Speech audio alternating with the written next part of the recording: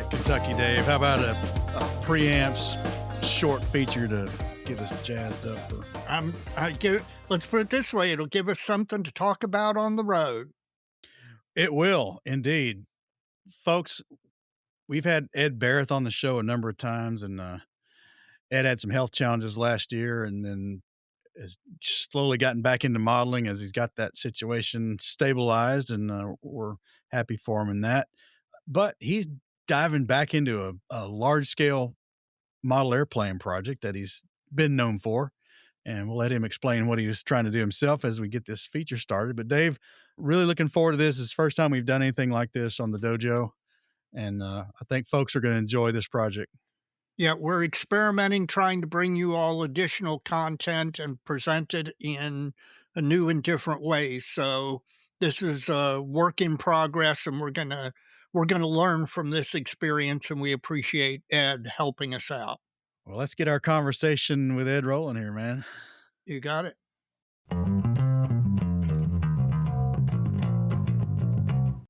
Well, Dave, we got somebody back tonight we haven't talked to in a minute or two. Yes, I know. I was anxious to get him back on. And that person is Ed Bareth out in sunny California. Ed, how you doing, man? I'm doing fine in sunny California. Well, Is it sunny right now? Yes, it is. good. Oh, lucky you.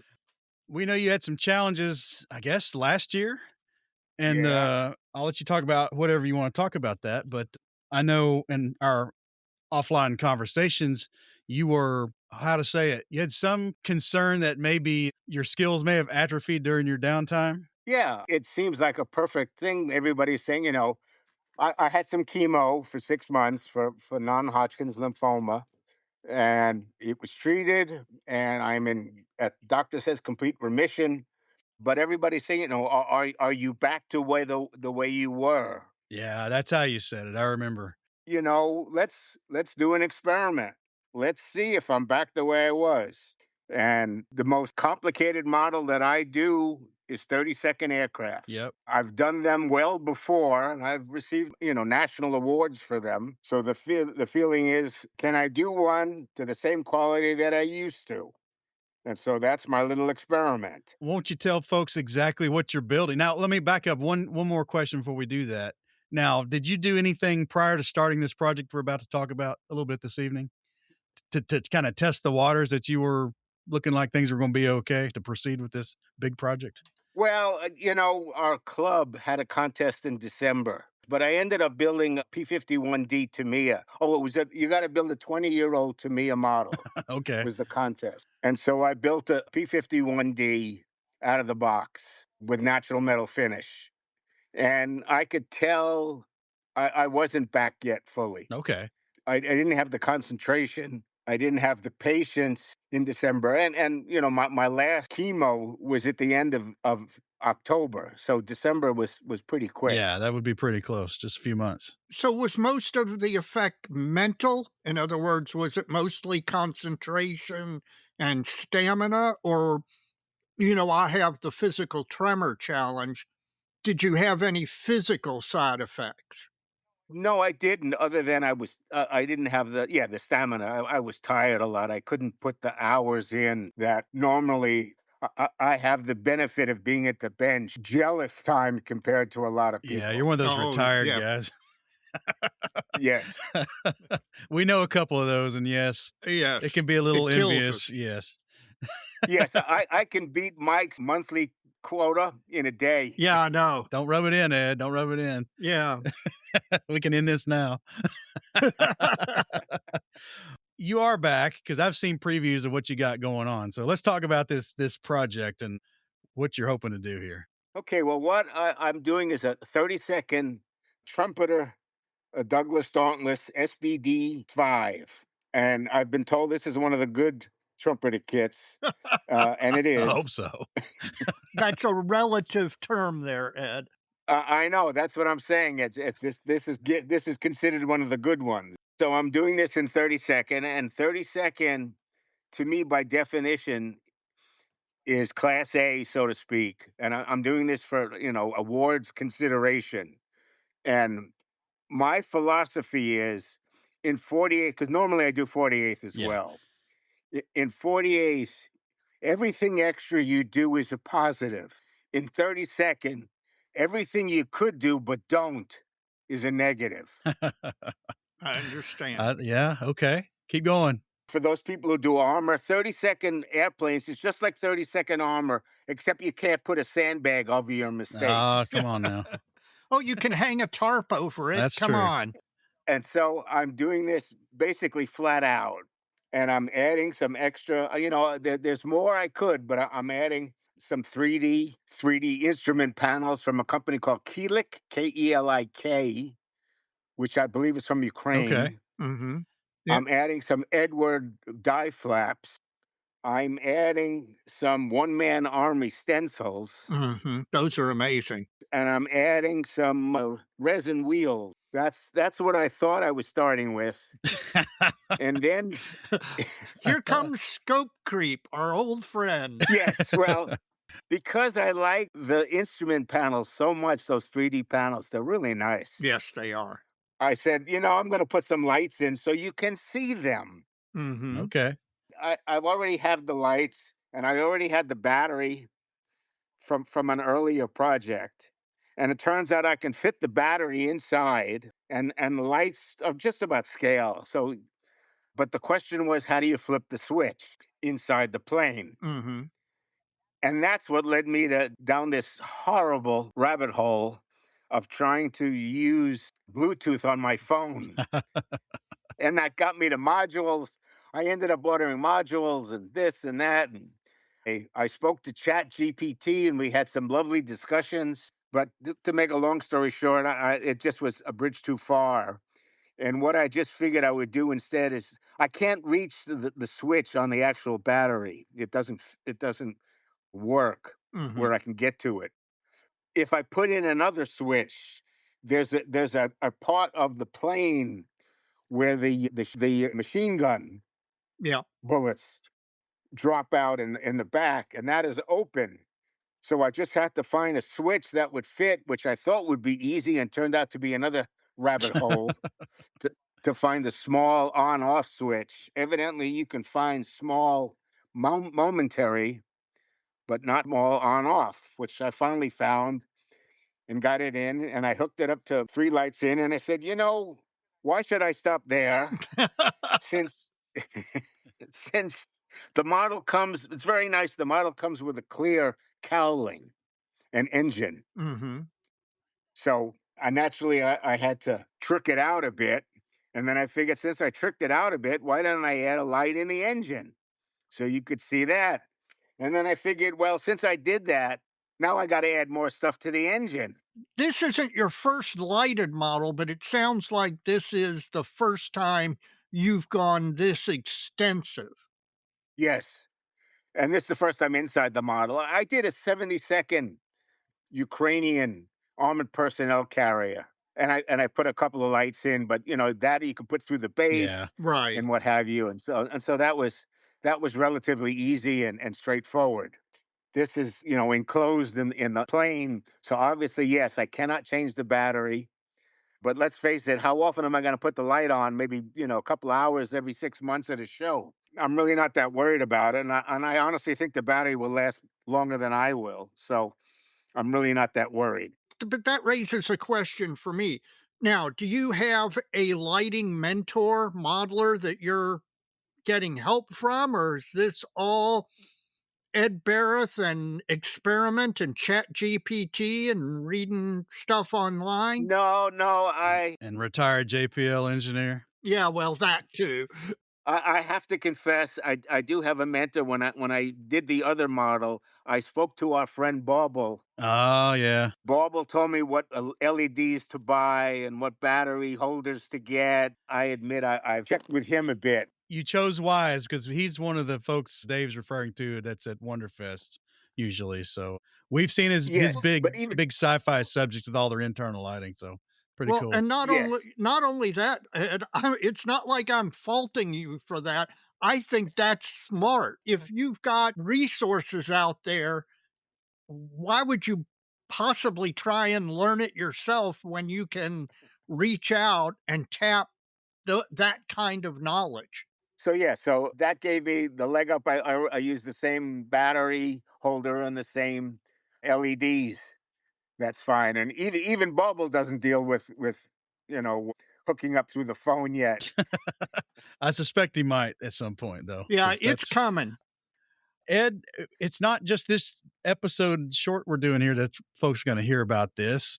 You've talked to us a little bit about it, but we're going to choose a visual path for this. And folks over on the Plastic Model Dojo, our Facebook group, are going to be able to follow along with your progress. So, won't you tell us how you're breaking this thing up and what folks can expect to see once I figure out how to present it in the best way?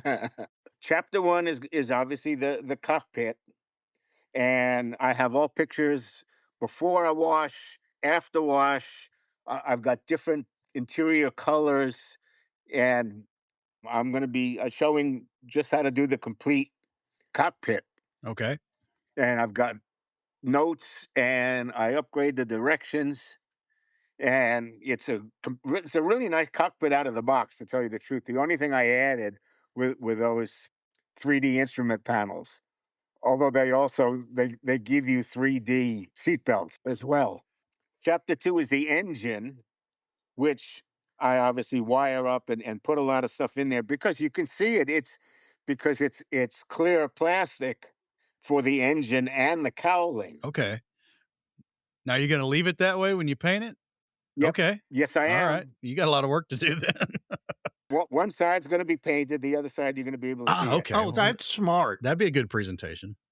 Third chapter is the dive brakes from Eduard, and I'm going to show how I do it because to me, if you're going to do photo etch, sequence is absolutely the key, Yes, I agree. especially with the small parts. If you don't do it right, you're in for heartache. The photo etch manufacturer does not always give the level of thought to the sequence that they should. No, They they usually don't. just show you where it goes, and that's pretty much Right. it. Right. This goes here, and it really matters because you're imagining you're doing these dive breaks, and there's a lot of pieces, and they fold over, and they're really small, and what have you, and it does matter.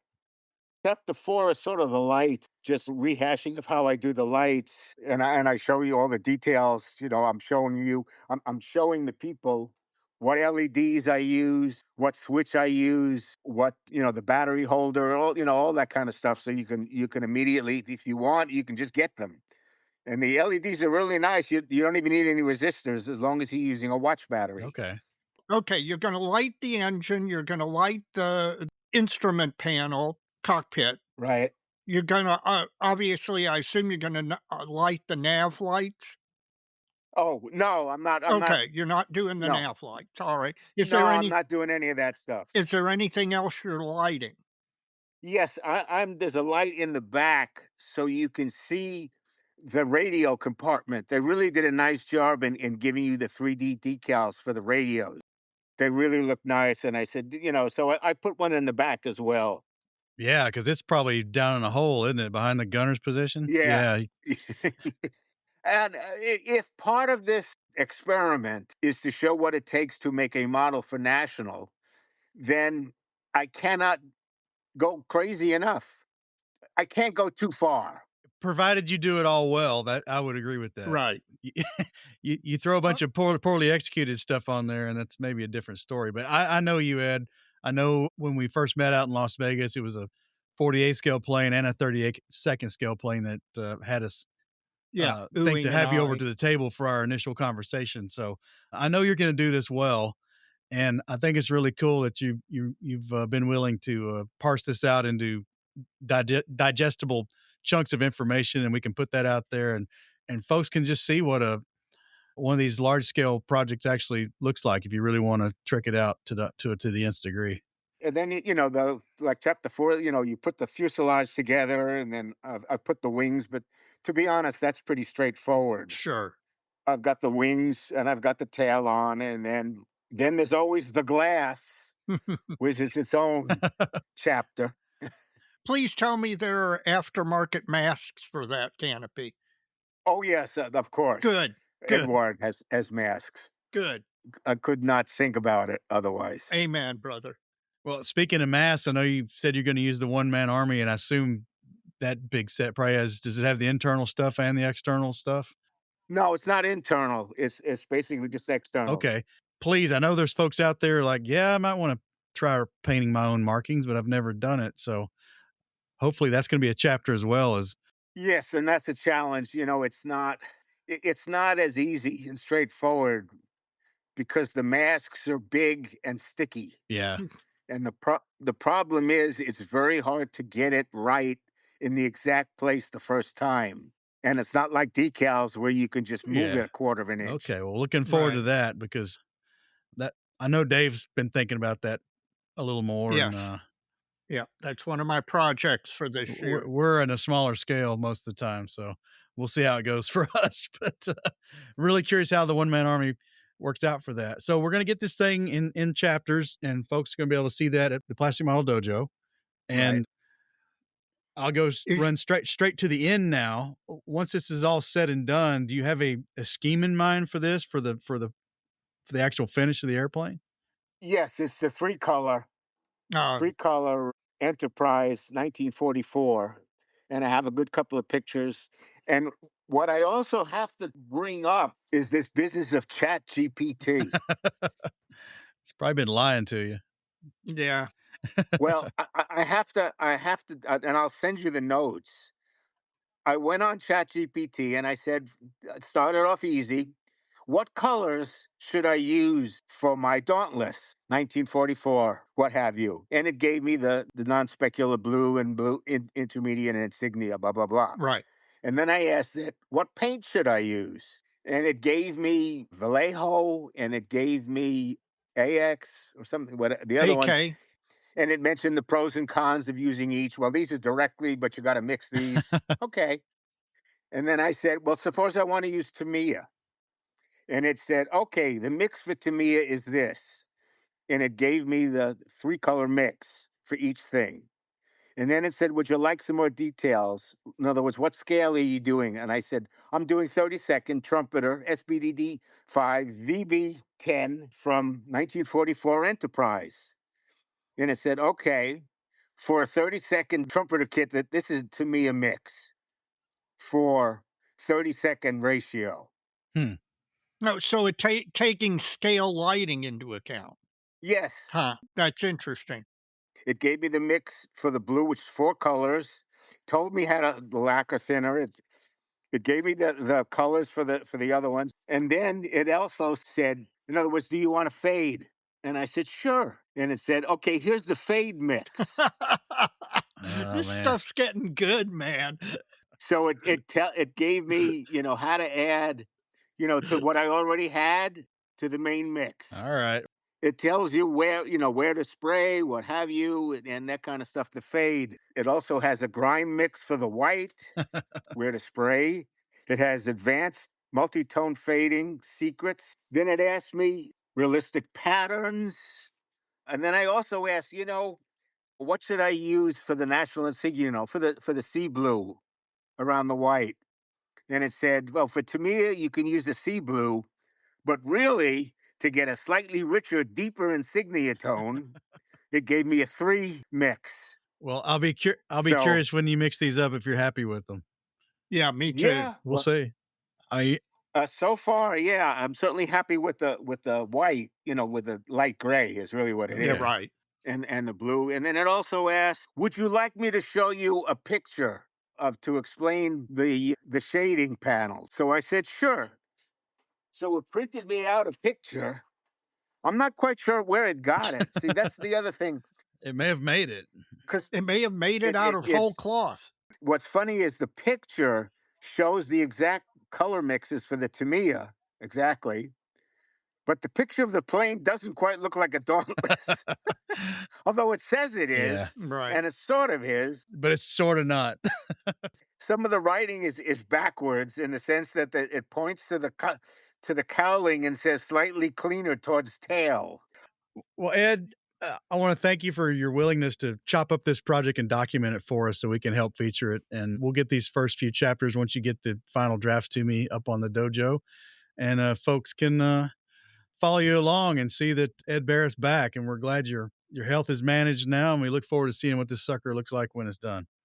Well, don't put pressure on yourself. Just you go at your pace, and we'll dole it out at the same pace. Nobody's pressuring you, man. I'm set myself because I'm trying to get it for some shows. Ah, I mean, okay. Well, obviously, that's on you, Ed. come summer, there's some shows. Thanks for joining us tonight. We appreciate it, and we look forward to seeing these final chapters. And hopefully, in the interim, I'll figure out the best way to get them posted, and we'll start putting this stuff up as you feed it to us. Okay. Good to talk Good. to you, Ed. Enjoy sunny California. I will. Well, he's learning new stuff, lighting a model airplane a degree is, but that's not the only thing he does. Ed is multi-talented. He's also a musician. So, Ed, thanks for those bass riffs. When I said I wanted some Seinfeld-ish, Seinfeld-esque bump riffs to do between our segments, I think you nailed it. Yep, he did. He did. He is a multi-talented individual and not one to shy away from stretching the boundaries. That's for sure. Going to light this sucker up. Can't wait to see it. What do you think? I think there's going to be a lot to learn in watching Ed do things a step at a time here and sharing it with us. Because anytime you have somebody of his talent who's willing to break down how they do things step by step, there's always so much to learn. Well, I think the modeling world's changed a lot since I first started going to shows as a late teenager.